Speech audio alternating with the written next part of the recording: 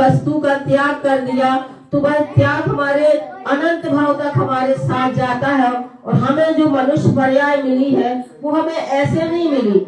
हमने पिछले जन्म में अच्छे कर्म किए होंगे, अच्छे भाव किए होंगे, तब मनुष्य जन्म में मिला है। मनुष्य जन्म ऐसा मिलना संभव नहीं है। हमने इसलिए मनुष्य भाव में हम आए हैं तो हमें अच्छे कर्म करना है, हिंसा नहीं करना, झूठ नहीं बोलना, चोरी और पाप, ये 5 पाप होते हैं। जैसे एक व्यक्ति था, वो उसका काम चोरी करना था, वो चोरी करता था। 1-2-3 दिन हो गए उसे चोरी नहीं मिली। अब उसके परिवार था, बच्चे भूखे थे, घर में कुछ खाने को नहीं था। अब उसकी पत्नी कहती है भैया कुछ ना कुछ लाओ, हमारे बच्चे भूखे हैं और हम भी भूखे हैं, कुछ ना कुछ चुरा के लेके आओ, भोजन की व्यवस्था करो। वो तो चोर था।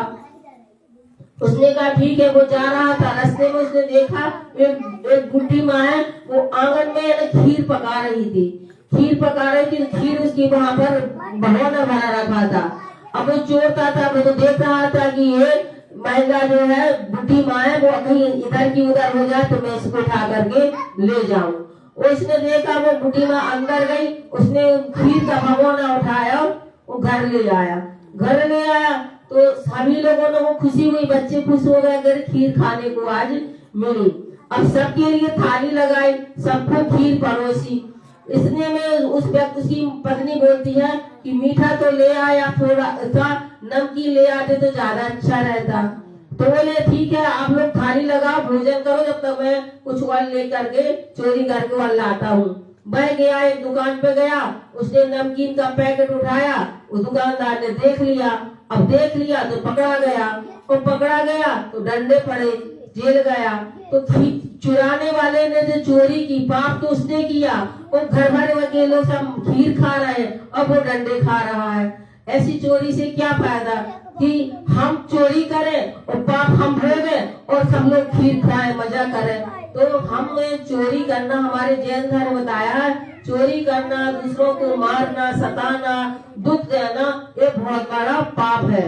इसलिए हमारे भगवान महावीर स्वामी कहते हैं कि जियो और जीने दो, हम स्वयं जिए और सामने वाला भी जिए।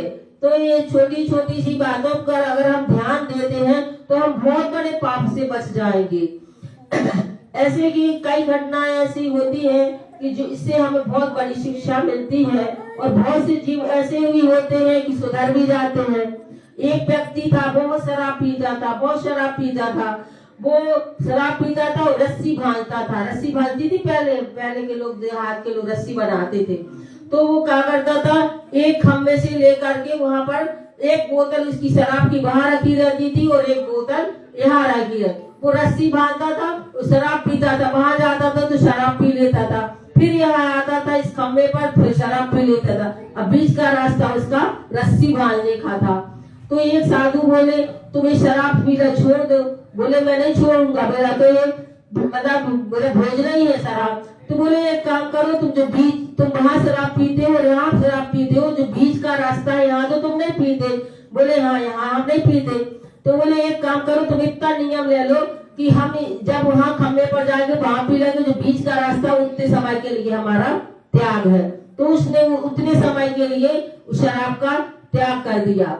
अब क्या हुआ कि वो शराब पीते, वो रस्सी बांधते उसकी मृत्यु कहाँ हुई, बीच में हुई।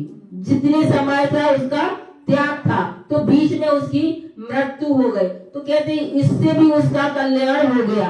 तो कहते एक नियम भी हमारे नगर से, आप लोगों के यहाँ से साधु गुजरते हैं, आते हैं, जाते हैं, अगर आपने एक नियम का पालन भी कर लिया तो ये मनुष्य गति आपकी सफल हो जाएगी। इसलिए कुछ ना कुछ हम कहते हैं, आप हिंदू हैं, आप जिस भी भगवान को मानते हैं अपने भगवान को मानो। ये नहीं कहते कि हमारा जैन धर्म किसी भी धर्म में हिंसा नहीं बताई, किसी धर्म में झूठ बोलना नहीं सिखाया, न चोरी करना सिखाया। लेकिन हम फंस जाते हैं गलत कार्यों में, गलत संगति में, तो ये कार्य हमसे होते। लेकिन इससे हमें क्या दुख होगा? दुख तो हमें भोगना पड़ेगा। हम चोरी करेंगे तो कष्ट हम भोगेंगे, पाप जो भी करेंगे। हम सोचते हैं हमने चोरी कर ली, हमने किसी ने हमको देखा नहीं, हम यही सोचते हैं ना। कभी कभी चोर होते हैं, चोरी कर लेते, कोई को पकड़ नहीं पाता, लेकिन भगवान कहते हैं किसी ने नहीं देखा, तू किसी के नजर में नहीं आया, लेकिन तूने चोरी तो की, तो तेरी आत्मा तो देख रही, तू स्वयं तो देख रहा है कि मैं चोर हूँ। कोई नहीं समझ रहा कि ये चोर है, लेकिन स्वयं तो जानता है कि मैं चोर हूँ। तो ये कहते हैं कि हमारे अंदर, हमारे शरीर में जो हमारी आत्मा है वो हमारा भगवान है। तो हमारा भगवान तो देख रहा है कि तू चोर है, तू पापी है।